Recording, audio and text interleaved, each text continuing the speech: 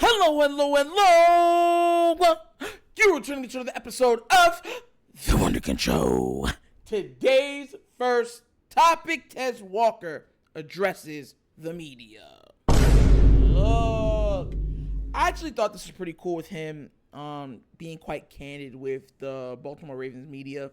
And there were some questions that he answered that I was like, Because, let's be real, one of the biggest reasons why I was elated, or some of the other people or the fan base was so excited about the acquirement of a Tez Walker, was because we felt like he was a higher round draft pick that somehow slid. And he slid considerably where we thought he might end up being. So it's one of those things where it's like, oh, okay, you know what I'm saying? We're going to get to hit on a guy that most likely was supposed to be a second round pick at the least. You know what I mean? So that's where my like and love of Tez Walker came out from. And honestly, I was listening. I was watching the draft, doing it with you guys. But when certain players like, oh yeah, he got drafted already. I'm not watching other teams, so I'm thinking that this guy was already off the board. So when they picked him, I was like, oh, he's still there. So what I'm gonna do is first, I'm gonna play the audio of what he had to say to the media. And some of it was kind of crazy because it's literally about him dropping in the draft, and then or his feelings about it.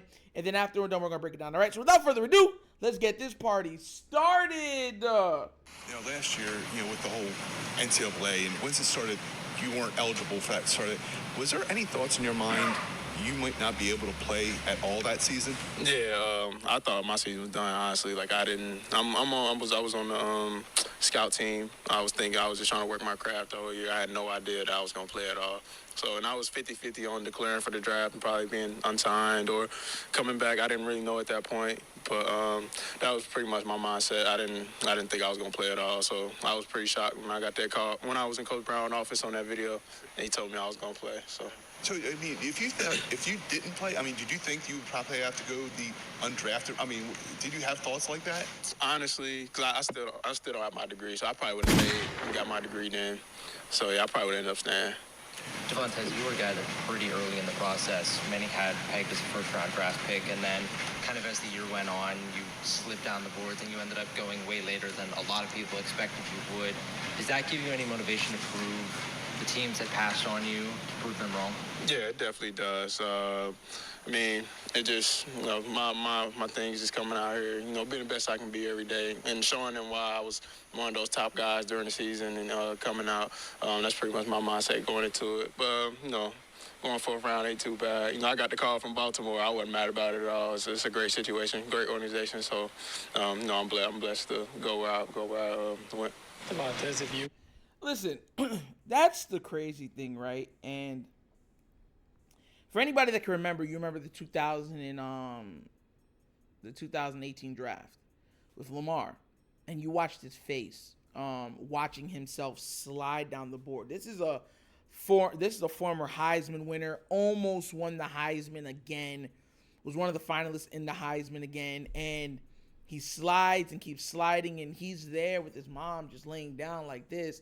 These are the type of thought processes that go through my head. And you have to be a strong-willed person, right? Because the easiest thing to do in this world is quit, right? I've never understood that with people, right? And this comes from somebody who some people would say is highly unlucky. Like, nothing comes easy for me. Nothing. So everything that you'll ever see me get or obtain is through hard work, dedication, and prayer. That's how this works. So it's so easy to quit. And some people just say, you know what? I'm done. And you heard him. He said, look, I might have just stayed and got my degree. They weren't going to let me play and So, at least I would have been able to stay and get my degree and then just move on. That looked like it would have been his energy. You know what I'm saying? Even the idea of him having to join a team unsigned. You know what I'm saying? So it was, or undrafted, I'm sorry. So, I look at these stories, and that's why I try to tell everybody, I like to see the stories of these players, because as much as they a lot of them turn into millionaires overnight and certain stuff like that, man, the stories are stuff that we go through daily. And that's why I'm glad we got him, because it's somebody, he's going to have a perpetual chip on his shoulder. He knows there's a lot of guys that were taking him for him that he was better than. And if he would have had a full season under his belt, his numbers would have absolutely demolished. But he moved down because he didn't get to play the whole season. So he moved right down the boards. Drop, right to the Ravens. And the Ravens, of course, always believe taking the best player at that point in the draft. They don't reach, or they don't usually reach. So, definitely happy with the Tez Walker pick, and I think he's going to be absolutely amazing.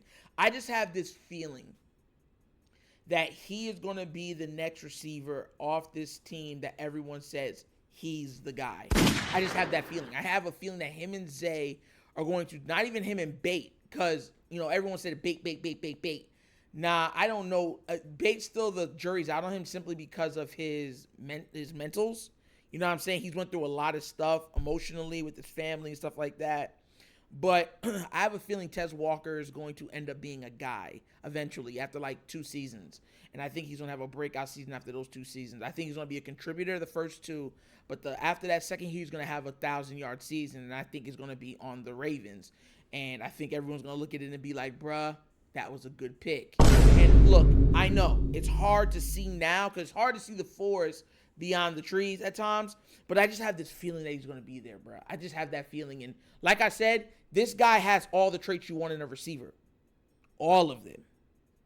He has all the traits. He has good hands.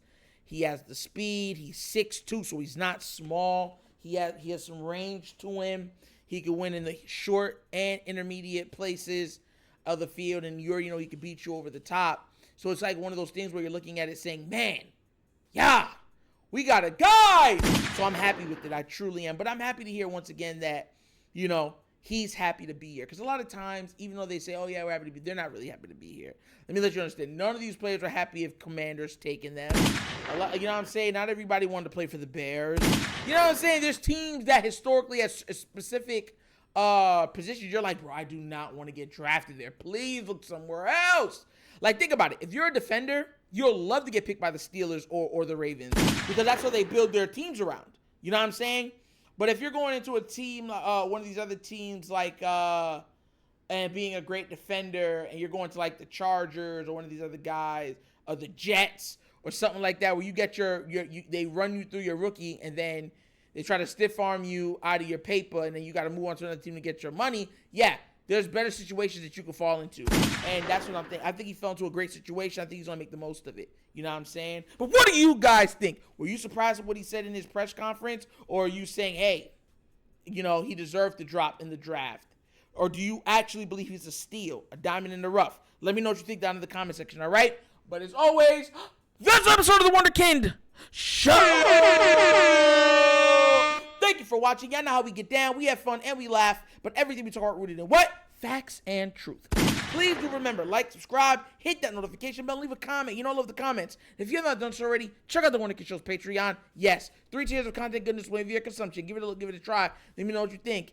And if you would like to donate to this channel, help out with equipment and such stuff like that, bottom of the screen, QR codes to a Cash App. Cash is located in the description of every video that we do. And the name of it is The Wunderkind Show. Super easy. But once again, this is The Wunderkind Show. This is your host, Nectar, signing off. And as always, you know my slogan. Peace. And I am out of here. Huh? Yerp. Finish him, Daddy. Oh.